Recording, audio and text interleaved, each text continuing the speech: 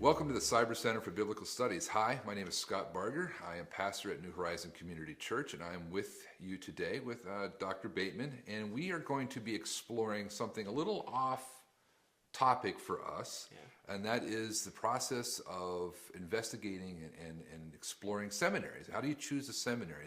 I went to seminary a few years ago. Dr. Bateman went to seminary a long time ago, and some of you watching may be considering going to seminary.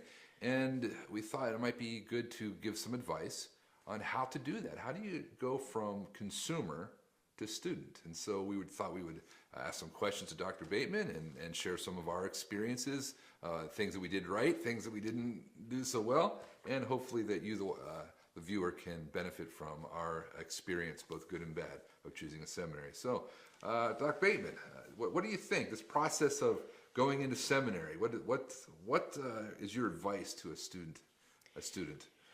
Well, with the cost of attending a seminary today, I think we do need to do some things a little differently than perhaps when I went to seminary. It's very expensive. Of course, schools, seminaries, and colleges are businesses.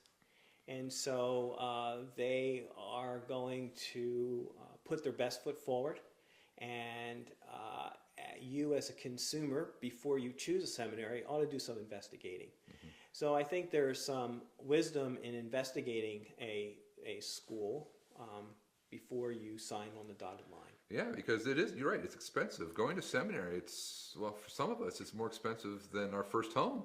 That's exactly right. So this is a big investment. Why wouldn't you also put the same kind of effort into choosing a seminary as you would into looking for a home and inspecting and looking at things? That's exactly right. And so you need to do some investigating before signing on the dotted line. And one of the things that you can investigate is look for their little marketing cliches. There are times when a seminary will say, the Bible, only the Bible, nothing but the Bible. What does that mean? That's exactly. What does that mean? Mm-hmm.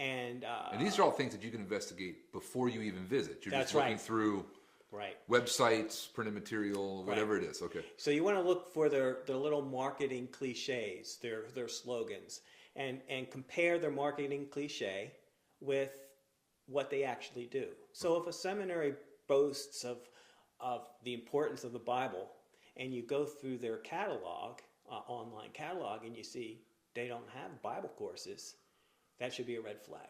Sure.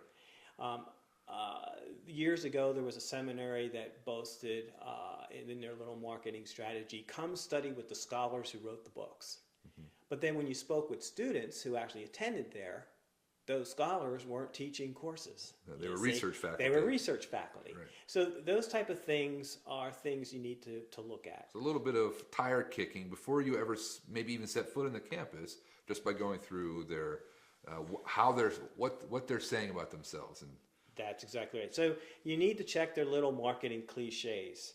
I think another thing that's helpful to investigate is to investigate their faculty. What are you looking for there? Are you going through a faculty? Are you looking at? What degrees? You're looking at what? Where they went to school, what they published? Yeah, all of the above. I think it's helpful to know where they've gotten their degrees. As you're looking at faculty for any given university or seminary, look at where they got degrees. Are they all ingrown? Mm-hmm. If they're an ingrown school, all the faculty are graduates from that school, and there's no outside influence, then they're very ingrown, and you're going to get a view perspective. A narrower perspective than you would if you had diversity amongst the faculty. So that's number one. Where do they get their degrees? Right.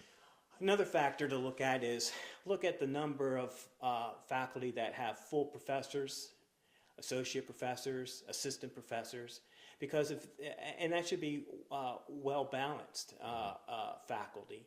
You should have senior faculty and as well as faculty that are just getting started. Mm-hmm. So look at their ranking. Mm-hmm. Also look for the number of faculty that are adjunct. Mm-hmm. A lot of times schools will cut costs by hiring a lot of adjunct faculty. And there's nothing wrong with having an adjunct faculty. I mean, that's how I got started at Dallas Theological Seminary. Mm-hmm. I was an adjunct faculty. But they didn't build their entire faculty on adjuncts. they had a good, well-balanced faculty. So that would be another thing. And then finally, you do want to look at, are they publishing? Because a faculty that's publishing is staying current in their field, and they're presenting papers, and they're interacting with others from other seminaries and other schools. And so you want to make sure you're going to a seminary whose faculty are learning faculty. They are professional learners. They are lifelong learners. Because essentially, as a pastor, you're a lifelong learner. You will always be learning and studying the Bible.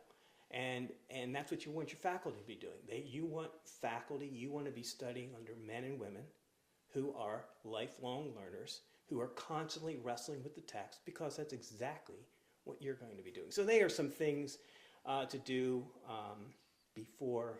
But what about degree programs? I mean, there's when I first went to seminary,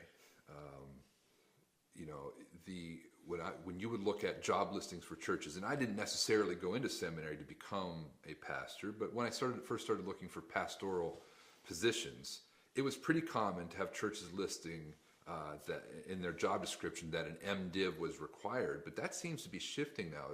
The jobs that are out there don't seem to be it doesn't seem to be as necessary to have an MDiv. And so now you have seminaries like kind of growing and have other different degree programs. What should you be looking for there in terms of degree programs offered? A lot of this, first off, you need to, like you said, you need to know what you want to do. It used to be that if you wanted to be a military chaplain, you needed an MDiv degree. That's changing. Today, you do not need a 3-year MDiv degree program. You could be you could attend seminary having already been in ministry for several years. So there's a lot of things within a seminary program, in an MDiv program, that's geared for somebody who's never been in ministry.